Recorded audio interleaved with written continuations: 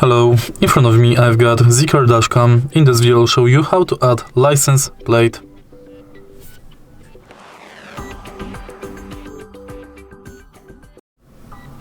In the beginning, let's go to menu of your dashcam and scroll down. Enter license plate and enter license.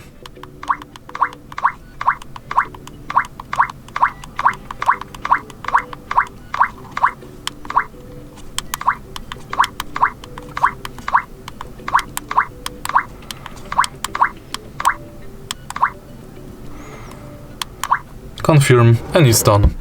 If you find this video helpful, please leave like, comment and subscribe.